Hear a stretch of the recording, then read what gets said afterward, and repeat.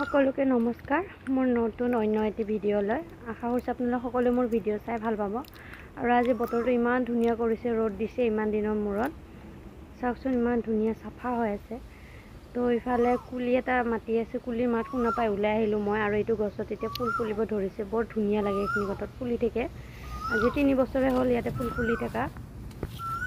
কুলি চৰাইটোৰ মাত শুনা পাই ওলাই আহিলোঁ বাহিৰৰ ফালে ক'তনো মাতিছে বুলি বিচাৰি আছোঁ ইফালে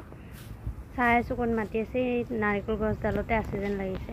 আৰু আমাৰ ৰাস্তাটো চাওকচোন বৰষুণ দিয়াৰ কাৰণে কেনেকুৱা হৈ গৈছে এতিয়া অলপমান শুকাইছে আজি যিহেতু ৰ'দ দি আছে